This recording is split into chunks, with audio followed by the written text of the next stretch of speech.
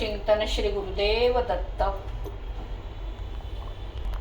चला तर मी आज तुम्हाला ना बेसनाचे लाडू करून दाखवणार आहे आणि त्यातल्या टिप्स पण सांगणार आहे. चला तर मग आपण बघूया त्याला काय काय साहित्य लागतंय ते. आता याला साहित्य लागणार आहे मला बेसनाचं पीठ, पिठी साखर, साजूक तूप आणि वेलचीची पावडर आणि मग त्याला लागणारं काय काजू वगैरे आपण लावतो तेही त्याच्यात घालायचे. चला तर मग आता कृतीला सुरुवात करूया. एक ना लाडवासाठी पातेलं लागणार आहे. गॅस पेटवते. पातेल्यामध्ये ह्याच्यात आपल्याला आता तूप घालायचं आहे. साजूक तूप घालायचं याच्यामध्ये आणि मग ह्याच्यामध्ये आपण बेसन आहे ते ह्याच्यात छान आपण भाजून घेणार आहोत. छान खरपूस असं त्याला एक भाजताना नंतर छान वास सुटतो भाजण्याचा, तिथपर्यंत छान भाजून घ्यायचं आहे. आणि पिठी साखरेचं काही आपल्याला आता काम नाही आहे, त्यामुळे मी पिठी साखर आणि वेलची ही आता बाजूला करते. आपल्याला फक्त आता बेसन भाजायचं आहे.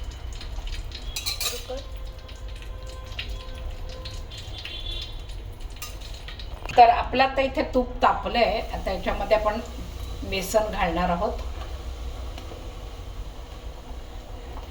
बेसन बघायचं तुम्हाला किती लाडू करायचे त्या पद्धतीने आपण बेसन घालून घ्यायचं आहे. 25-30 लाडूसाठी आपल्याला हे इतकं बेसन लागतं आणि हे मंद आचेवरतीच भाजायचं. याला कुठेही गॅस मोठा करायचा नाही. मोठा केला तर ते बेसन आहे ते आपलं खाली लगेच लागायला लागेल, करपेल ते, म्हणून करपू द्यायचं नाही आपल्याला. मंद आचेवरती भाजत जायचं आहे. आणि आता याला आपल्याला जर तूप लागलं तर अजून घालायचं तूप.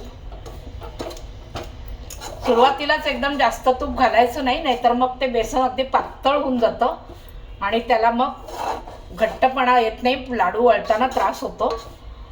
तर अगदी जसं जसं लागेल तसं आपण त्याच्यामध्ये तूप घालणार आहोत, साजूक तूप.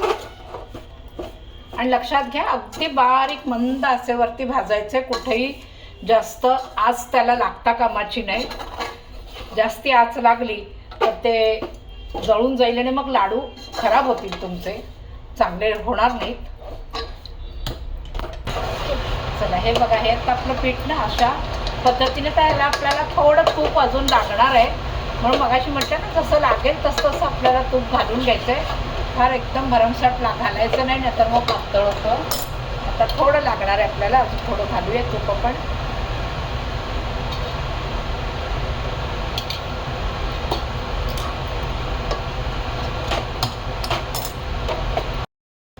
चला हे बघा, आता हे अशा पद्धतीने आपलं चांगलं बेसन भाजून झालेलं आहे.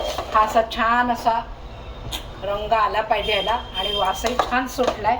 आणि बाजूनी असं ना तूप सुटायला लागतं त्याला पिठाला. हे बघा असं तूप सुटतंय छान. बस म्हणजे हे आपलं, आणि वास सुंदर वास असं सुटतो, खमंगपणा यायला लागतो वासाचं, की समजायचं आपलं बेसन छान भाजून झालेलं आहे. आता अजून एक तुम्हाला गोष्ट सांगते. याच्यामध्ये कधी कधी काय होतं की आपण बेसन भाजायला घेतो पण मग कधी कधी तूप जास्त टाकलं जातं, चुकून आपल्याला अंदाज येत नाही. आणि मग कधी काही तूप होतं जास्त टाकलं जातं आणि मग ते भाजता भाजता बेसन नंतर पातळ होतं फार. आणि मग ते लाडू कशा वळायची ही मोठी चिंता लागून राहते. पण काही काळजी करायची नाही, अजिबात घाबरायचं नाही, काही नाही.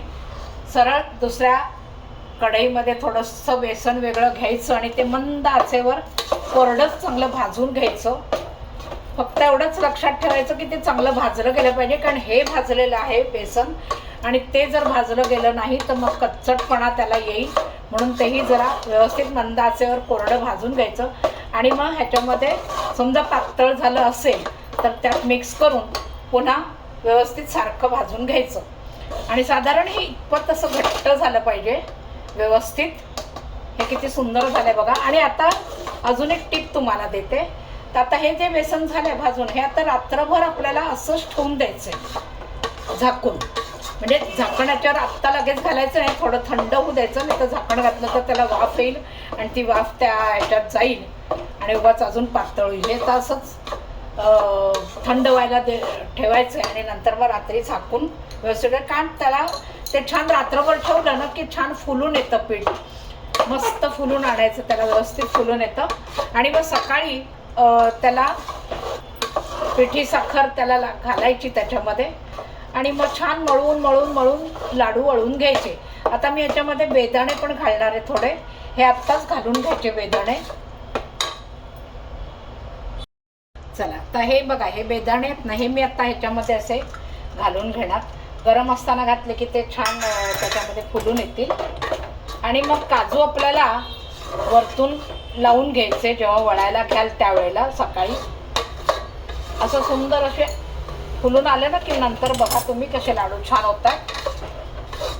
पिठी साखर त्याला लावायचे आणि छान मस्त लाडू वळून घ्यायचे. हे बघा, हे असं छान झाले. आता याला मी थंड करून झाकून ठेवणार आहे आणि मग दुसऱ्या दिवशी लाडू वळायला घ्यायचे. दुसऱ्या दिवशी लाडू अशासाठी वळायचे की मग ते सुंदर, म्हणजे त्याची जी टेस्ट आहे ना ती अजून वाढते, आता चांगला फुलतो तो आणि मग त्यामुळे ते लाडू अधिक छान होतात. तर बघा तुम्ही पण असे करू ना लाडू. हाय, चला तर मी काल जसं बेसनाचं पीठ लाडवासाठी भाजून रात्रभर ठेवायचं आहे असं मी म्हटलं होतं, तर मी ते रात्रभर असं छान ठेवलेलं आहे. आता बघूया आपण ते कसं मुरलं आहे ते. तर हे बघा, ह्या पद्धतीने छान मुरलं आहे. आता आपल्याला हे काढून घ्यायचं आहे परातीमध्ये. काय, परातीमध्ये सगळं काढलं ना की मग आपल्याला छान परातीत मळता येईल, म्हणून आपल्याला परातीत काढून घ्यायचं आहे. तर हे आपल्याला आता असं काढून घेतलं आहे. ह्याच्यात आपल्याला वेलची पावडर आधी घालूया. वेलचीची पूड साखर घालून मी अशी बरणीत भरूनच ठेवते तयार करून. तर ही आपण मस्त छान वेलचीची पूड घालायची, तर छान वास लागला पाहिजे. साधारण 1 चमचाभर लागते. आणि आता त्याला लागेल तसं आपण हे घालणार आहोत, पिठी साखर. पिठी साखर जशी लागेल तसं घालायचं आहे.